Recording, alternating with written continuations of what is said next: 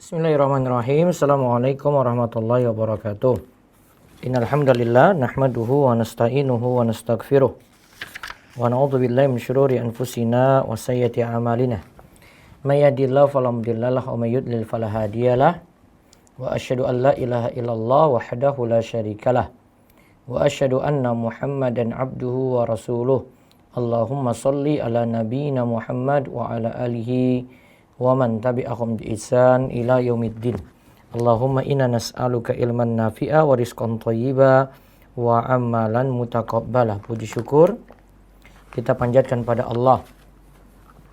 Selawat dan salam semoga tercurah pada Nabi besar, Nabi agung, Nabi kita Muhammad sallallahu alaihi wasallam. Jamaah sekalian yang semoga senantiasa dirahmati oleh Allah, pada kesempatan pagi ini bersama Khalisah dan Sulaiman mengaji, kita hadir dalam majelis ilmu. Mudah-mudahan majelis ini bawa berkah bagi kita sekalian, dan materi kita nanti terkait tentang masalah hijrah di balik tabir hijrah. Kami ambil dari buku kami, Jangan Pandang Masa Lalunya, buku saku. Ini bisa dipesan di Ruwaifi Store 0852 00 171 222. Lalu bisa cari juga di marketplace. Ada saat ini Muslim Life Shop, walaupun produk kami juga ada di Shopee, Tokopedia dan Bukalapak, tapi bisa manfaatkan Muslim Life Shop mumpung sampai akhir bulan. Itu ada free ongkir, tapi hanya bisa diinstal di HP Android di Play Store-nya ya, belum ada di Apple Store. Nah, di situ bisa manfaatkan free ongkir kemanapun, tidak dibatasi tempat, tidak dibatasi belanja sekian, bisa manfaatkan Muslim Life Shop ini. Dan ini milik Muslim yang kita harap bisa menjalin ukhuwah dan mendukung UMKM, usaha-usaha kecil ya, bisa bangkit meskipun di masa pandemi seperti ini. Baik, kita lanjut di balik tabir hijrah. Kalau buku ini sendiri ya berisi bahasan tentang taubat, karena saya lebih memaknakan hijrah di sini dengan taubat. Ya. Kemudian di sini ada kisah-kisah taubat sampai nantinya bagaimana kiat agar istiqomah, kuat dalam hijrah, terus dekat dengan majelis ilmu. Nah, ini yang nanti dibahas secara tuntas dalam buku sederhana ini. Nah, coba kita lihat di file presentasi.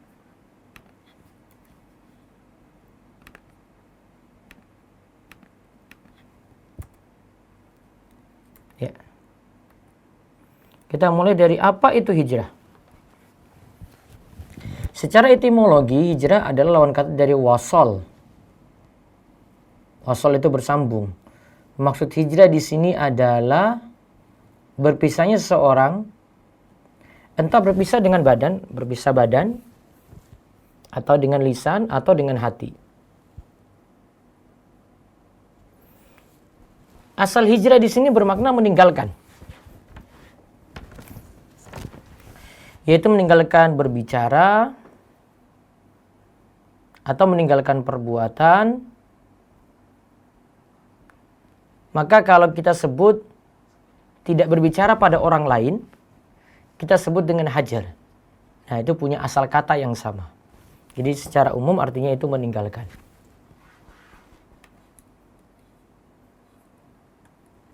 Nah, setelah kita lihat pengertiannya, kita lihat macam hijrah. Hijrah ada dua macam. Ada di situ hijrah hissi, yaitu berpindah tempat. Hissi ini berpindah dari negeri kafir ke negeri Islam, atau berpindah dari negeri yang banyak fitnah ke negeri yang tidak banyak fitnah. Nah, ini hijrah yang disyariatkan. Ini hijrah hissi. Jadi bukan hanya pindah tempat saja, tapi ada tujuan di situ Ada dari negeri kafir ke negeri Islam, atau negeri yang banyak fitnah ke negeri yang banyak, dari negeri yang banyak fitnah ke negeri yang tidak banyak fitnah. Ada lagi yang namanya hijrah maknawi. Ya, ada lagi namanya hijrah maknawi. Hijrah maknawi ini hijrah dengan hati. Yaitu berpindah dari maksiat dan segala hal yang terlarang, yang Allah larang, di sini berpindah menuju ketaatan. Ya, ini berpindah menuju ketaatan. Nah, jadi kesimpulannya, hijrah sini ada dua macam, hijrah hissi dan hijrah maknawi. Nah, kalau kita lihat tujuan hijrah ini ingin jadi soleh, maka itu idealnya ya, itu idealnya. Imam Ibnu Hajar Al-Asqalani dalam kitabnya Fathul Bari menyatakan apa itu soleh. Soleh itu maknanya al-qa'im bima yajibu alaihi min huquqillahi wa huquqi ibadihi wa tafawud darajatuhu. Wa tatafawad darajatuhu.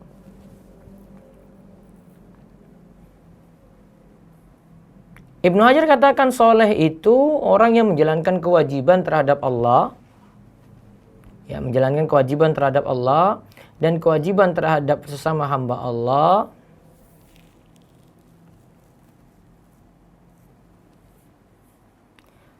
Dan kata Ibnu Hajar, kedudukan soleh itu bertingkat-tingkat. Ada yang soleh tingginya tinggi, imannya tinggi, ada yang solehnya biasa, ada yang solehnya rendah.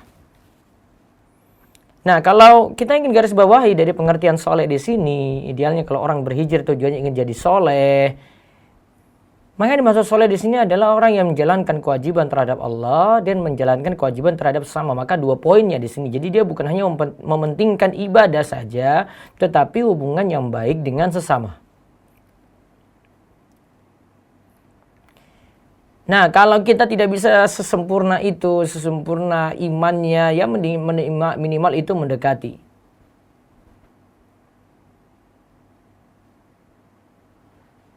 Karena kita tidak bisa mencapai kesempurnaannya, namun bisa mendekati.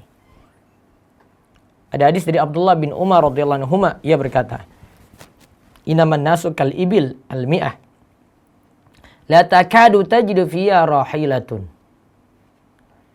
Di sini riwayat Bukhari, sesungguhnya manusia seperti unta sebanyak 100.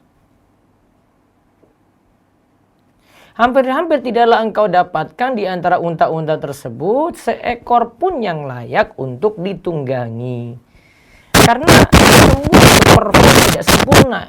Tidak semuanya itu perfect, tidak semuanya itu sempurna. Ada saja yang kurang-kurang. Maka dalam kita beramal juga seperti itu. Kalau tidak jadi soleh yang sempurna, maka minimal mendekati. Maka yang paling baik di antara kita, ya bukan yang perfect, tapi kalau dia buat kesalahan, pokoknya dia memperbaiki diri, dia itu mau bertobat, dia mau berhijrah segera.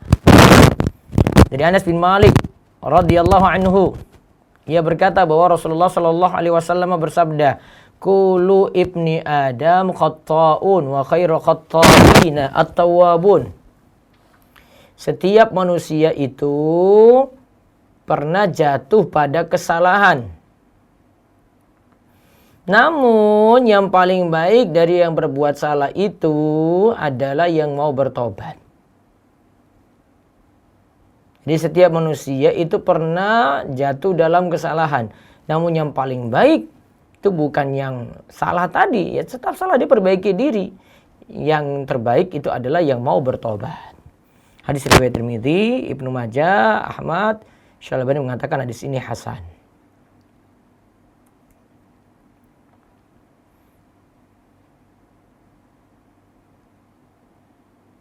Nah, kalau memang dia itu mau bertobat tadi, ya, dia mau bertobat, ingat jangan sampai bertobat itu mengulangi dosa itu lagi. Nanti kita akan lihat syarat-syarat tobat ya. Namun ingat salah satu prinsip dari tobat itu tidak mengulangi dosa itu lagi. Hudzaifah pernah berkata, "Bihasbil mar'i minal kadhibi ayaqula astaghfirullah summa ya'udu. Cukup seorang itu mengatakan berdusta ketika ia mengucapkan, aku beristighfar kepada Allah, yaitu aku mohon ampun kepada Allah, lantas ia mengulangi dosa tersebut lagi. Maka kalau yang tadi kita bahas ingin bertobat, maka jangan punya tekad mau mengulangi dosa itu. Kalau dia itu mau bertobat, maka dia bertekad tidak mau mengulangi dosa itu lagi di masa akan datang. Kalau tidak, dia disebut kadzib. Dia disebut berdusta. Nah, sekarang ikhwan dan akhwat sekalian, bagaimana cara kita itu berhijrah? Pertama, Allah Ta'ala berfirman, wa idh qala Musa liqaumi ya qaumi innakum dzalamtum anfusakum bittikhadhikum al-ijla fatubu ila bari'ikum faqtulu anfusakum dzalikum khairul lakum inda bari'ikum fataba 'alaikum innahu huwat tawwabur rahim. Dan ingatlah ketika Musa berkata kepada kaumnya, hai kaumku, sesungguhnya kamu telah menganiaya dirimu sendiri. Karena kamu telah menjadikan anak lembu sembahanmu. Maka bertobatlah kepada Rabb yang telah menciptakan kamu dan bunuhlah dirimu. Hal itu lebih baik bagimu pada sisi Rabb yang menjadikan kamu. Ingat, Allah itu maha menerima tobat. Sesungguhnya Allah lah yang maha penerima tobat lagi maha penyayang.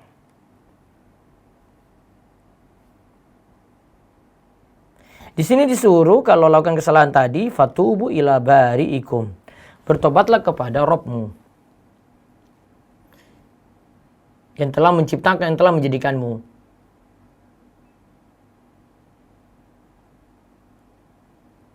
Jadi di sini dituntut supaya memperbaiki diri gitu. Ketika Musa itu berkata pada kaumnya bahwasanya mereka menzalimi diri mereka sendiri, bahkan mereka itu jadikan anak lembu sebagai sesembahan, maka disuruh bertobat. Ini dosa syirik ya. Dosa syirik masih bisa diampuni di dunia ini selama orang itu mau bertobat. Nah, untuk mengetahui tobat kita itu diterima ataukah tidak, ya, maka mesti memenuhi 5 syarat berikut ini. Yang pertama, syarat tobat itu adalah ikhlas kepada Allah. Ikhlas berarti dia bukan harap pujian manusia.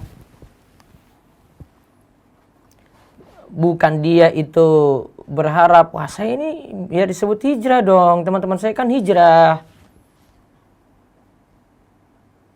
Dia ikhlas. Kalau keadaan semacam tadi, orang memujinya dia bisa terus itu istiqomah. Tapi ketika dia itu dicaci maki gara-gara proses hijrahnya tadi, ya bisa jadi dia itu futur. Karena ini tidak dibangun atas keikhlasan. Maka siapapun yang ingin berhijrah, siapapun yang ingin taubat, awali dulu dengan ikhlas. Niatnya diperbaiki. Ini ikut tren atau ikut apa? Saat saya sekarang kan pakai gamis. Oh, teman-teman saya semua ini gamisan Ustadz. Malu saya enggak ini. Ini malu atau ingin mengikuti kebenaran. Kalau ikuti kebenaran enggak kayak gitu. Ikuti kebenaran dia ikhlas. Mau nanti ada yang cemooh, mau ada yang puji. Itu sama saja.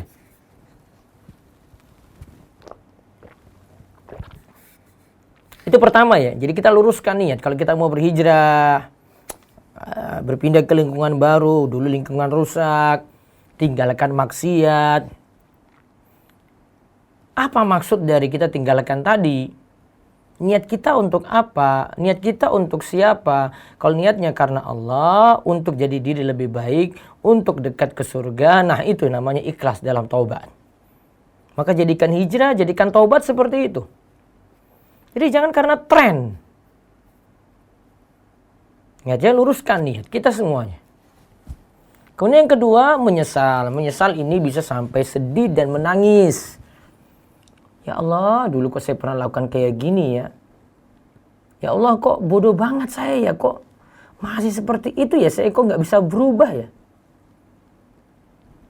Kok baru berubah saat ini ya Allah, kasih hidayah ya. Itu dia sesali yang dulu gitu. Bukan dia bangga, bukan dia itu bahagia, bukan. Terus yang ketiga, berhenti dari maksiat. Kalau itu maksiat, dia tinggalkan. Kalau itu meninggalkan kewajiban, dia kembali jalankan. Orang yang sholatnya masih bolong-bolong, cara dia tobat, cara dia berhijrah, ya harus sholatnya tertib. Kalau dia belum pakai jilbab, maka suruh pakai jilbab. Kalau dia auratnya belum tutup sempurna, suruh dia tutup sempurna. Nah, itu namanya berhenti dari maksiat.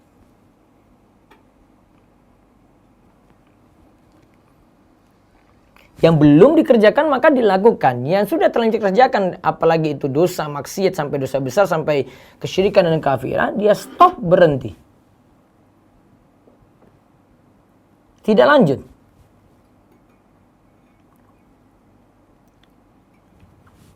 Kemudian syarat yang keempat, bertekad tidak mengulangi maksiat tersebut di masa akan datang. Artinya bertekad tidak mengulangi maksiat tersebut di masa akan datang. Di sini bukan disebut, artinya kata tekadnya ini kita hapus gitu. Jadi cuma tidak melakukan maksiat itu di masa akan datang. Kalau seperti ini tetap ada yang bisa mengulang gitu. Bukan berarti tobat yang dilakukan sebelumnya tidak diterima. Tapi boleh jadi ada yang menghalangi dia gitu untuk bertobat, ya masalah mungkin butuh waktu dan seterusnya. Yang penting sekarang dia punya tekad, saya mau tobat sekarang. Entah nanti besok diulangi, pokoknya sekarang sudah berniat untuk atau bertekad untuk tidak mengulangi lagi di masa akan datang. Jadi ada kaitannya di sini, menyesal itu untuk yang lalu, kemudian berhenti dari maksiat saat ini, kemudian ada bertekad tidak mengulangi maksiat lagi di masa akan datang, berarti esok.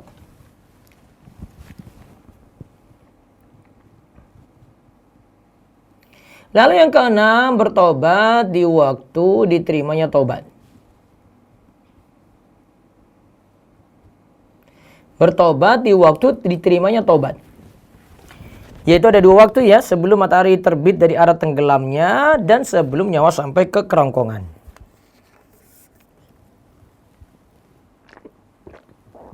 Nah, coba lihat syarat ini baik-baik ya. Syarat pokoknya yang nomor 2, 3, dan 4. Nah, terus para ulama tambahkan lagi, mesti ikhlas, kemudian jangan sampai keluar waktu. Karena kalau tobatnya itu di luar waktunya, matahari sudah terbit dari arah tenggelamnya, ya maka tobat tidak diterima lagi. Atau sebelumnya sampai di kerongkongan baru dia itu mau bertobat, ya nggak bisa lagi sebelumnya. Nah, kalau kita itu berbuat dosa, apakah kita harus berterus terang? Nah, kita diperintahkan untuk menutupi dosa tadi. Dari Ibnu Umar radhiyallahu anhu, ia mengatakan bahwa Rasulullah sallallahu alaihi wasallam bersabda, "Ayuhan nasu qad ana lakum an tantahu an hududillahi man asbaha min hadhil qadurat syai'an falyastatir bi satrillahi fa innahu may yubdi lana safhatahu nukim alaihi kitaballahi."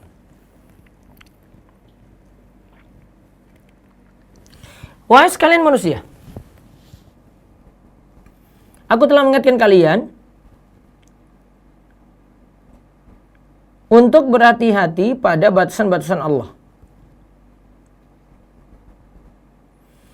Barang siapa yang terjerumus dalam perbuatan yang jelek, hendaklah ia menutupi dirinya dengan tirai Allah. Karena barang siapa memberitahukan perbuatannya kepada kami, maka kami pasti akan menegakkan ketetapan hukum Allah atasnya. Asalnya dosa itu ditutupi. Karena di sini dikatakan barang siapa terjerumus dalam perbuatan jelek, hendaklah ia menutupi dirinya dengan tirai Allah. Jadi tidak dibiarkan begitu saja. Jadi tidak sebarkan begitu saja. Kalau mau sudah bertobat, tutup itu rapat-rapat, tidak perlu dibuka. Nah, nantinya balasan di akhirat, la yastarallahu ala abdin fid dunya ila satarahallahu yaumal qiyamah. Nah, jika Allah menutupi dosa seorang hamba di dunia, maka Allah akan menutupinya juga pada hari kiamat. Ingat, Allah itu akan menerima tobat.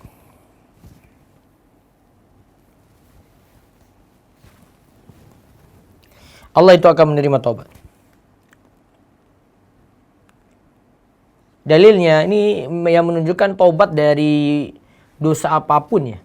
Dosa syirik, dosa kekafiran, dosa durhaka, dosa-dosa besar yang lainnya. Nah, ini diterangkan dalam ayat ini. Ya qul ya ibadiyalladzina asrafu ala anfusihim la taqnatu min rahmatillah innallaha yaghfiru dzunuba jami'a innahu huwal ghafurur rahim.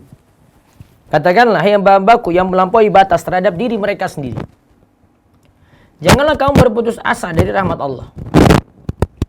Sesungguhnya Allah mengampuni dosa-dosa semuanya.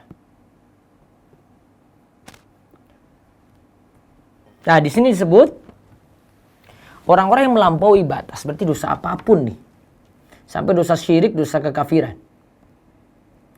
La taqnatu min rahmatillah, jangan berputus asa dari rahmat Allah. Ya, jangan berputus asa dari rahmat Allah. Lalu disebutkan innallaha yaghfiru dzunuba jami'a. Allah itu mengampuni setiap dosa. Sampai dosa syirik sekalipun ya. Dulu pernah pakai santet, dulu pernah pakai sihir, dulu pernah percaya pada paranormal, kepada orang yang disebut orang hitam dan seterusnya. Maka kewajibannya itu taubat. Nah, sekarang agar istiqomah dalam hijrah.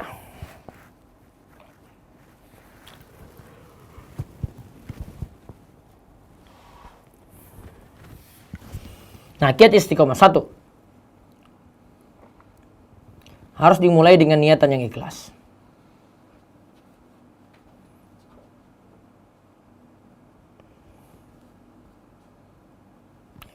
Harus dimulai dengan niatan yang ikhlas. Jadi koreksi niat. Tadi seperti saya sebut, dia mau istiqomah terus ya, maka luruskan niat. Niat ini karena Allah atau karena manusia atau karena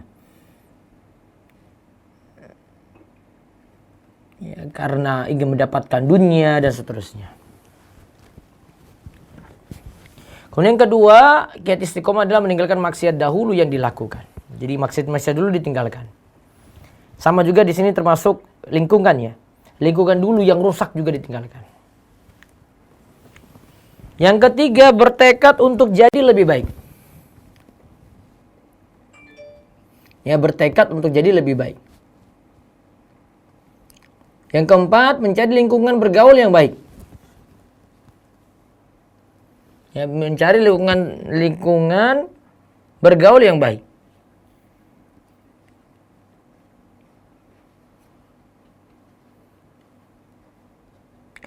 Yang kelima, berusaha terus menambah ilmu lewat majelis ilmu. Jadi jangan cuma berpangku pada ilmu yang dulu. Kita mesti berubah dengan ilmu lagi gitu. Terus yang terakhir itu memperbanyak doa. Ini kiat-kiat penting yang disebut oleh para ulama yang menunjukkan kiat-kiat untuk istiqomah.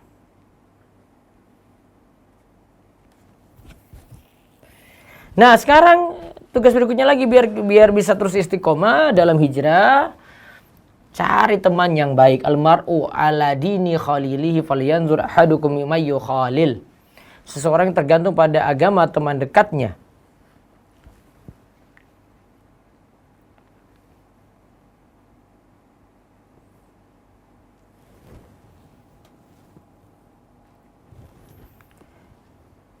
Falyanzur ahadukum mimman yukhalil. Lihat siapa yang jadi teman dekatmu. Kalau itu orang-orang yang rusak, orang-orang yang jelek, maka akan terpengaruh. Kalau itu orang-orang yang baik, ya maka kita akan ketularan kesolehannya. Lalu jangan lupakan doa. Karena sebenarnya kita tak berdaya. Yang beri hidayah bisa beri taufik itu Allah. Taruhlah kita di rumah itu, ya sejak kecil itu diajarkan hal yang baik. Ya, saya ulang. Jadi kalau mau istiqomah, ingat hati itu di tangan Allah. Maka bisa diselesaikan dengan doa ini. Allah yang membolak-balikan hati. Bisa jadi kita terus lakukan sebab, tapi kita tidak bisa istiqomah terus. Mungkin sekarang ini banyak yang kuliah kemudian ngaji. Tapi setelah kuliah dia tidak lanjutkan ngajinya tadi, ya bisa futur. Maka kita minta kepada Allah, ya muqallibal qulub, sabit qalbi ala dini. Wa idzat yang maha membolak-balikan hati, teguhkanlah hatiku di atas agamamu. Nah, ini ada kisah yang saya ingin bawakan. Ada juga dalam buku ini disebut ya. Kisah tobat seorang pembunuh 100 nyawa. Di halaman kelima dari buku ini.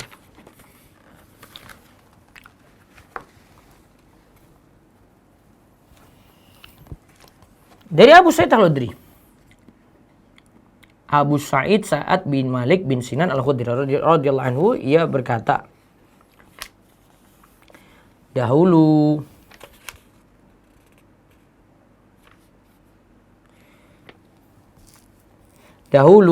Nabi SAW, dahulu sebelum kalian ada orang yang pernah membunuh 99 nyawa.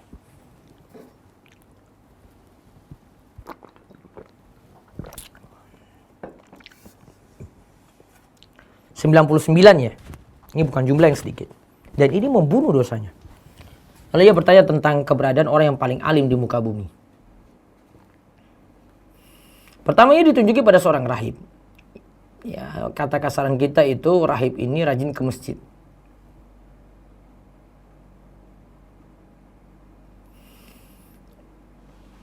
Pertama ia ditunjuki pada seorang rahib atau pendeta, lantas ia pun mendatangi dan berkata, jika seorang telah membunuh 99 nyawa, apakah tobatnya diterima?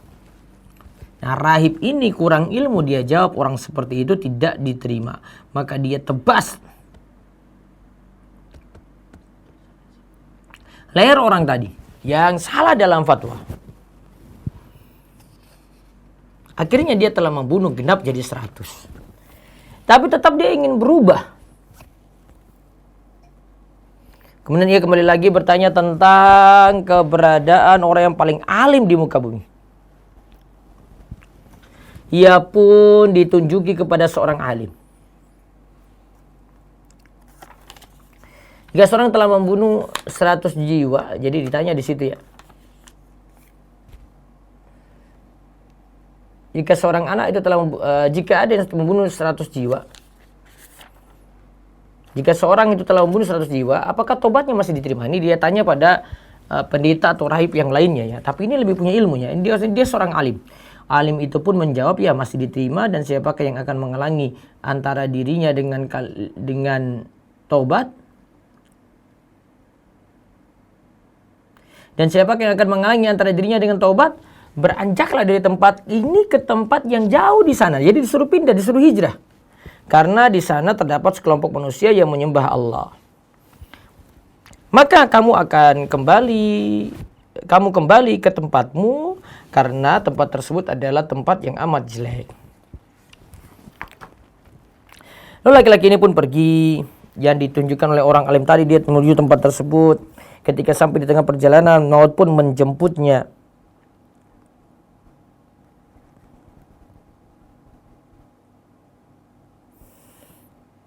Maka sembahlah, dia itu suruh, maka sembahlah Allah bersama mereka, dan janganlah kamu kembali ke tempat yang dulu sebagaimana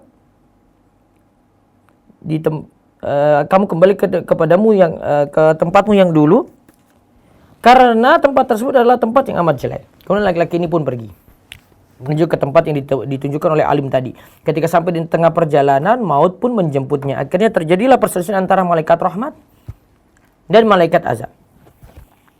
Malaikat rahmat berkata, orang ini datang dalam keadaan bertobat.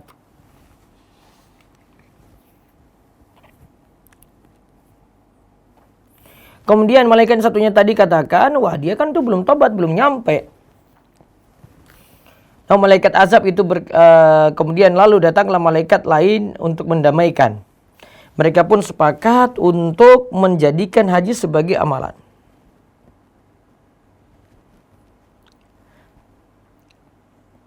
Orang ini datang dalam keadaan bertobat dengan menghadapkan hatinya kepada Allah. Namun malaikat azab berkata, orang ini belum pernah melakukan kebaikan sedikit pun. Lalu datanglah malaikat lain dalam bentuk manusia. Mereka pun sepakat untuk menjadikan malaikat ini sebagai pemutus perselisihan mereka. Malaikat ini berkata, ukurlah jarak kedua tempat tadi. Jika jaraknya dekat, maka ia yang berhak atas orang lain. Lalu mereka pun mengukur jarak antara kedua tempat tersebut. Dan mereka dapatkan bahwa orang ini lebih dekat dengan tempat yang ia tuju. Akhirnya ruqyah pun dicabut oleh hadis. Akhirnya ruhnya pun dicabut oleh malaikat rahmat. Nah, lalu mereka pun mengukur jarak kedua tempat tersebut ya, dan mereka dapatkan bahwa orang ini lebih dekat dengan tempat yang ia tuju. Akhirnya ruhnya pun dicabut oleh malaikat rahmat. Hadis riwayat Bukhari dan Muslim. Nah, di sini coba kita lihat ringkasnya. Kalau kita mau melihat tentang kisah ini, nanti saya ambil pelajaran di dalamnya ya. Ada orang sudah bunuh 99 nyawa. Yang pertama itu ada yang salah fatwa, kemudian akhirnya orang yang beri fatwa salah ini dia bunuh. Kemudian akhirnya dia bunuh 100 nyawa, dia masih ingin bertobat lagi, kemudian disuruh hijrah pindah tempat. Ketika hijrah pindah tempat tadi, dia mati di tengah perjalanan. Kemudian malaikat rahmat dan malaikat azab itu berselisih. Malaikat rahmat itu ingin mengambil karena katakan, oh ini kan sudah bertobat. Malaikat azab bilang, enggak, dia belum sampai ke tempat tujuan. Maka jarak orang ini ternyata didekatkan oleh Allah ke tempat yang ia tuju, yaitu tempat dia itu berhijrah. Maka diambillah nyawanya oleh yang dicabut tadi, nyawanya oleh malaikat rahmat. Jadi ruhnya pun dicabut oleh malaikat rahmat. Pelajaran pentingnya ini apa? Ini tentang hijrah. Luasnya ampunan Allah. 99 nyawa masih bisa diampuni, ditambah satu tadi jadi 100. Yang kedua, Allah akan mengampuni setiap dosa, walaupun kuantitasnya banyak. Yang ketiga, janganlah membuat seorang itu putus asa dari rahmat Allah.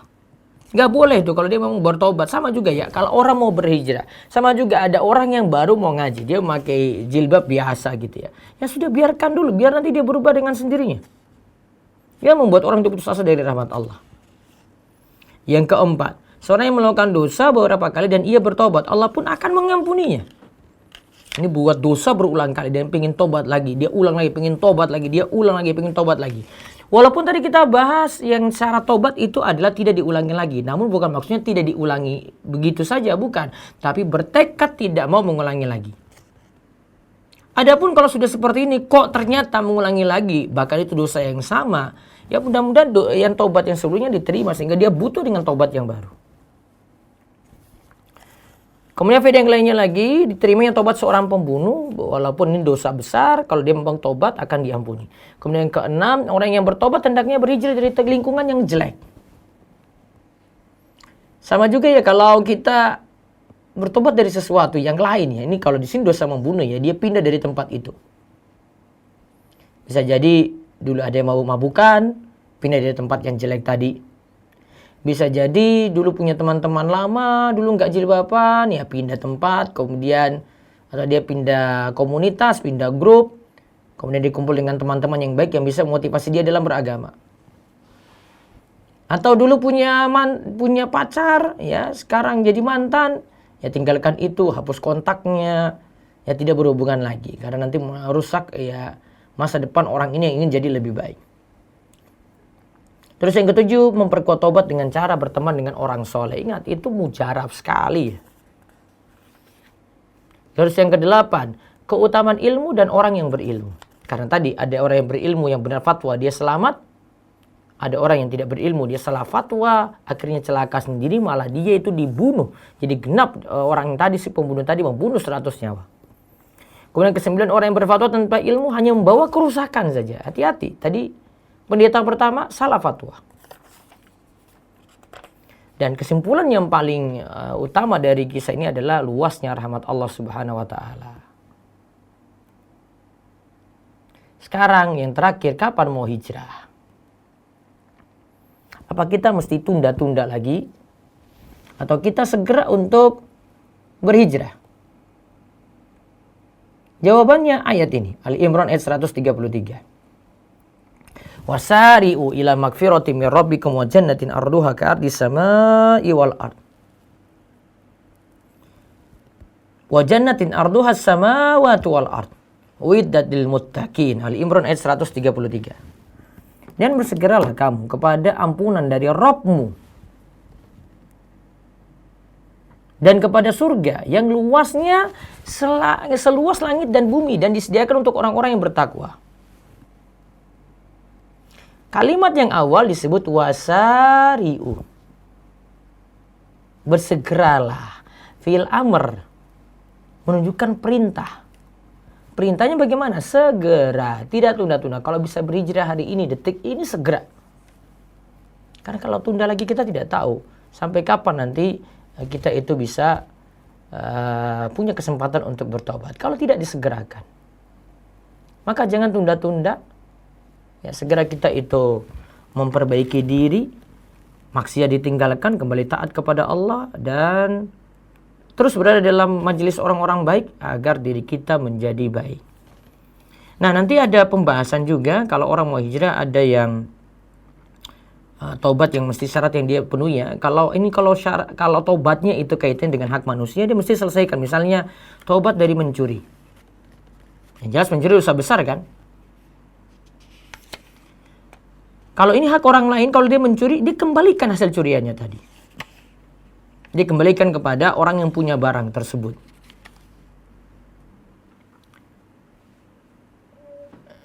Masalahnya kalau sudah berlalu ya, dulu misalnya beli jajanan di kantin, dia ambilnya tidak menyebutkan sesuai dengan kenyataan. Dia ambil 5, dia cuma bayar 2 gitu.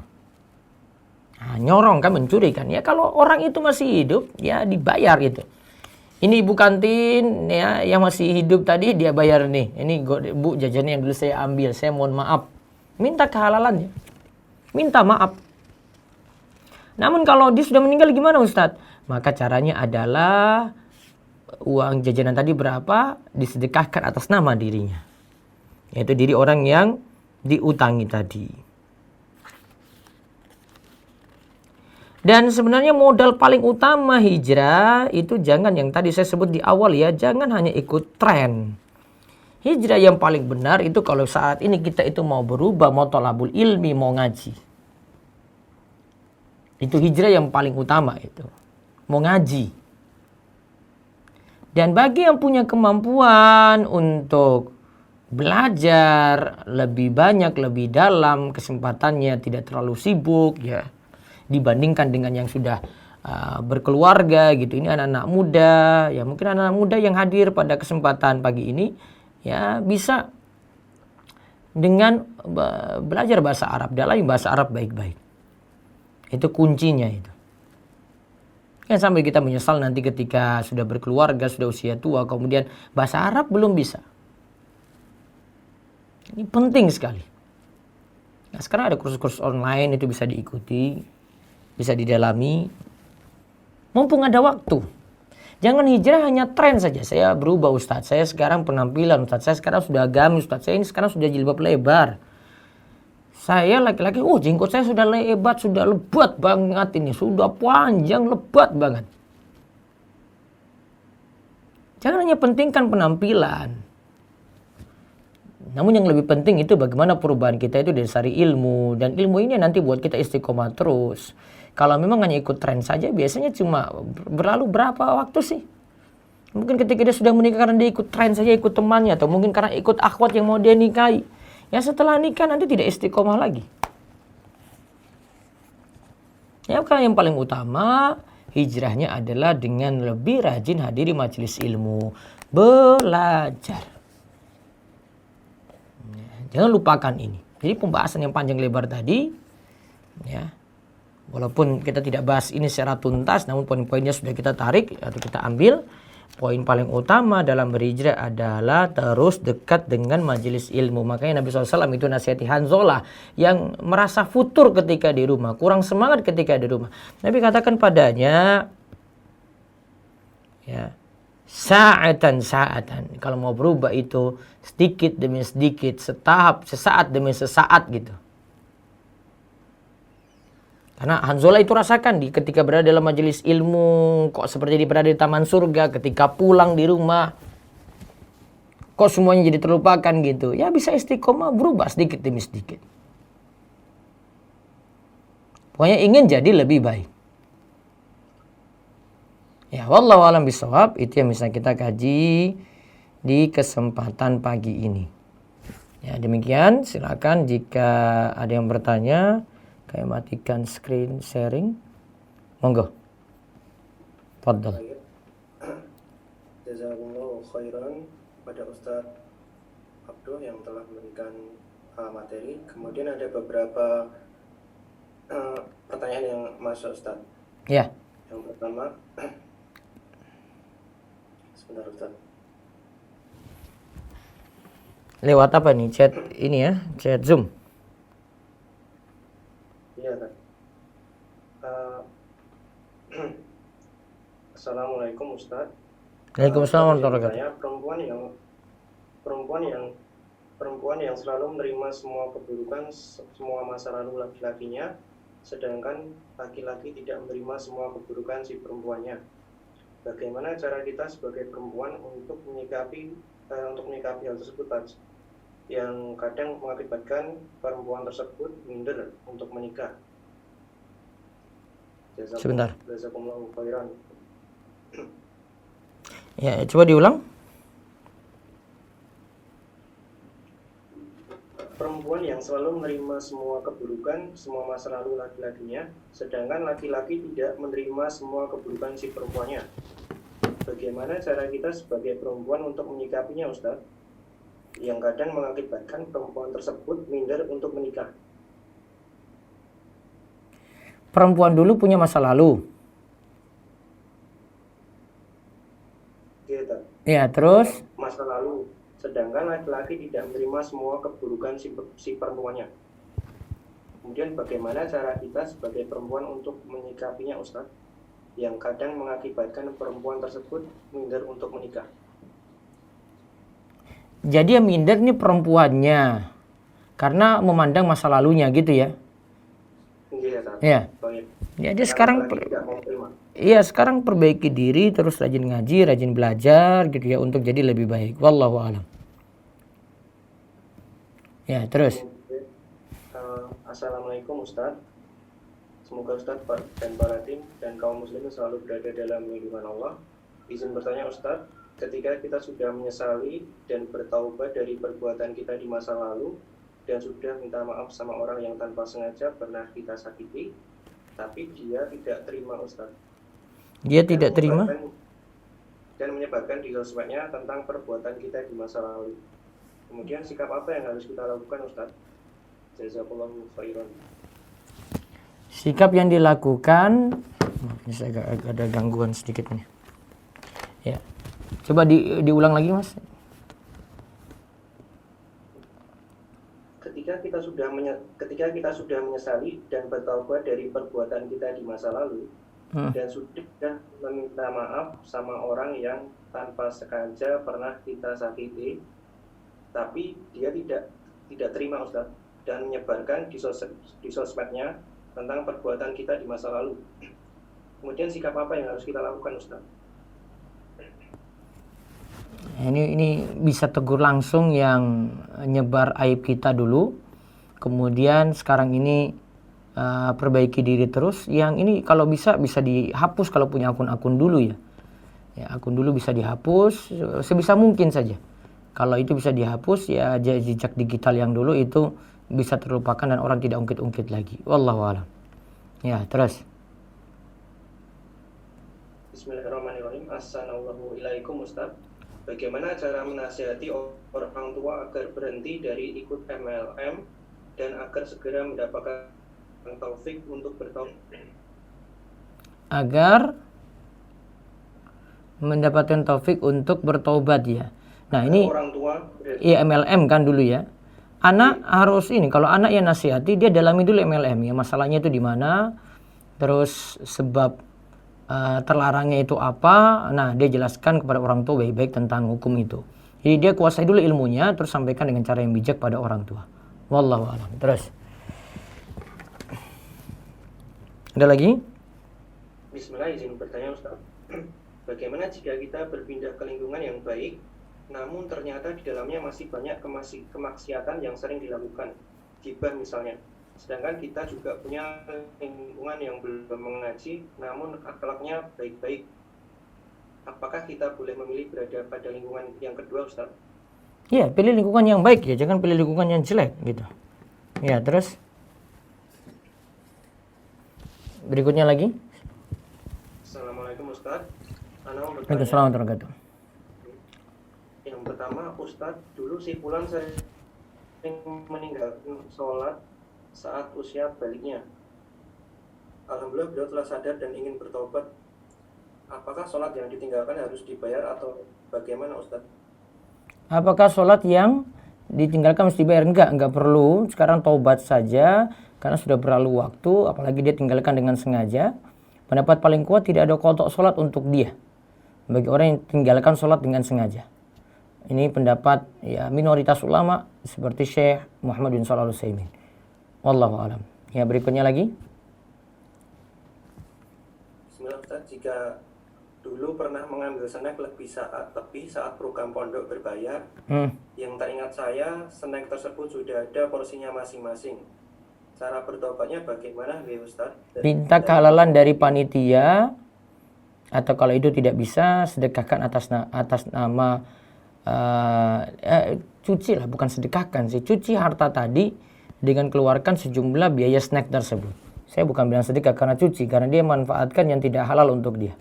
Kalau memang sudah dibatasi oleh panitia, namun kalau panitia bebasin ya silakan dimanfaatin gitu ya, boleh. Wallahu a'lam. Ya, terus. Ustaz, izin bertanya mengenai hijrah yang disarankan untuk dari negara kafir. Bagaimana jika seorang akhwat ingin pergi menuntut ilmu ke jenjang yang lebih tinggi di luar negeri yang notabene-nya negara kafir? Pertama pertimbangannya ilmu itu urgen, tidak ada di negeri muslim, itu dulu. Terus yang kedua, dia harus ditemani mahram ketika pergi ke sana. Terus yang ketiga, dia punya ilmu juga untuk jaga dia selama di sana. Kalau 3 syarat ini terpenuhi, ya baru dibolehkan. Coba lihat 3 syarat ini saya susun ada di rumesa.com, cari tentang safar wanita ya. Dan juga tentang hukum pergi belajar ke luar negeri itu. 3 poin penting ini. Ilmu itu terasa urgen dulu, terus yang kedua dia ditemani mahram kalau untuk wanita ya. Terus yang ketiga, orang ini punya ilmu ketika berada di lingkungan orang kafir, dia punya ilmu penting terkait agama. Nah, itu nanti baca di buku saya, ada di ibadah saat traveling. Buku saku kecil itu bisa dipelajari lebih jauh. Ya, silakan. Masih ada lagi? Kemudian masih Ustaz. Assalamualaikum Ustaz. Ana izin bertanya, bagaimana cara menghadapi teman laki-laki pada masa lalu dan sekarang Ana sudah hijrah, kontak dia lama udah Ana blok. Tapi sekarang kontak dia tersambung lagi di WA, Ustaz. Apa hukum Ana memblok nomor WA dia lagi, Ustaz? Apakah tidak memutuskan silaturahmi? Kalau memang terasa tidak ada hubungan manfaat, hubungan berbahaya, di blok aja nggak masalah. Blok itu bukan maksudnya mutus silaturahim ya. Pertama, ini salah paham tentang istilah silaturahim. Silaturahim itu dengan keluarga. Yang kedua, kalau pertemanan itu mengundang mudorot, tidak ada manfaat, bisa diputus, nggak masalah. Sebagaimana Nabi SAW suruh kita itu untuk bergaul dengan lingkungan yang baik, kan berarti memutus dengan hubungan dengan lingkungan yang jelek kan. Itu namanya memblok itu hubungan yang jelek tadi. Dengan lingkungan yang jelek tadi itu diblok. Wallahu a'lam. Ya, terus.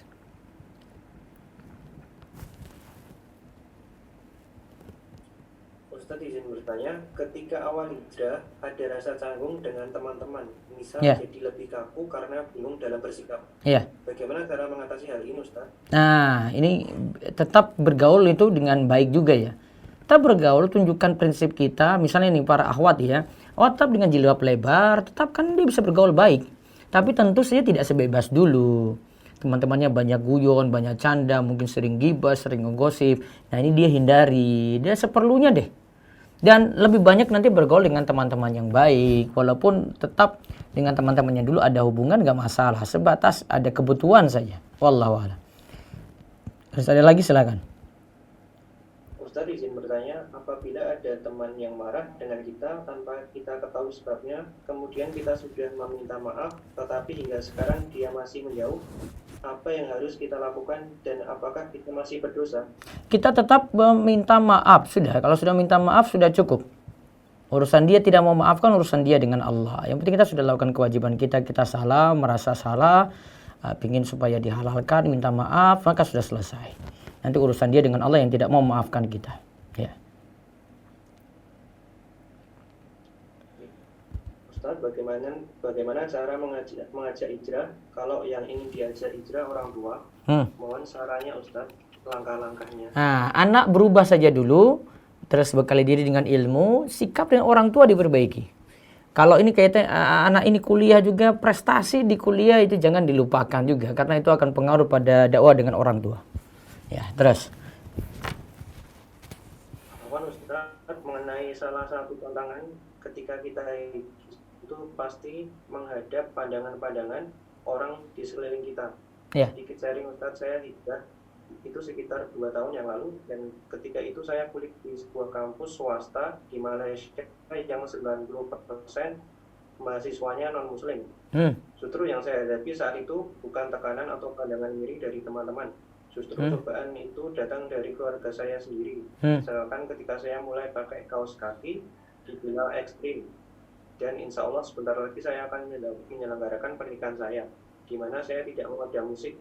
Kedua orang tua saya sudah setuju, namun dari pihak keluarga besar seperti tante malah ngotot harus ada musik. Bagaimana menghadapi situasi tersebut, Ustaz? Nah, ini lebih baik-baik ya, lebih baik-baik sebisa mungkin saya, karena memang masalah hajatan nikah ini bukan urusan keluarga kita saja gitu, ini keluarga besar. Ya, kalau memang seperti ingin terapkan, sampaikan lagi pada keluarga besar, kita ingin sederhana. Mungkin alasan musik haram jangan disebut-sebut deh, karena riskan banget gitu. Alasan-alasan yang logis saja. Pengen sederhana, pengen ini nggak ada, pengen ganti nanti dengan tidak perlu dengan suara musik yang ini gitu, ganti dengan nasid-nasid misalnya. Itu untuk memperkecil masalah saja. Terus. Assalamualaikum Ustaz. Assalamualaikum warahmatullahi wabarakatuh. Bolehkah jika seorang thalibah menawarkan diri kepada gurunya melalui perantara abinya untuk dinikahi, namun thalibah ini qadarullah masih menuntut ilmu di mahatnya dan kurang lebih 1 tahun lagi baru lulus, apakah tidak mengapa jika mengutarakannya sekarang, dan bagaimana solusi terbaiknya Ustaz? Itu nanti solusi dari orang tua saja, orang tua yang nanti lobby, ya jangan si akhwat. Ya bisa dari sekarang, tapi saran saya kalau dengan waktu pernikahannya jangan terlalu lama ya, karena fitnah begitu besar. Ya terus.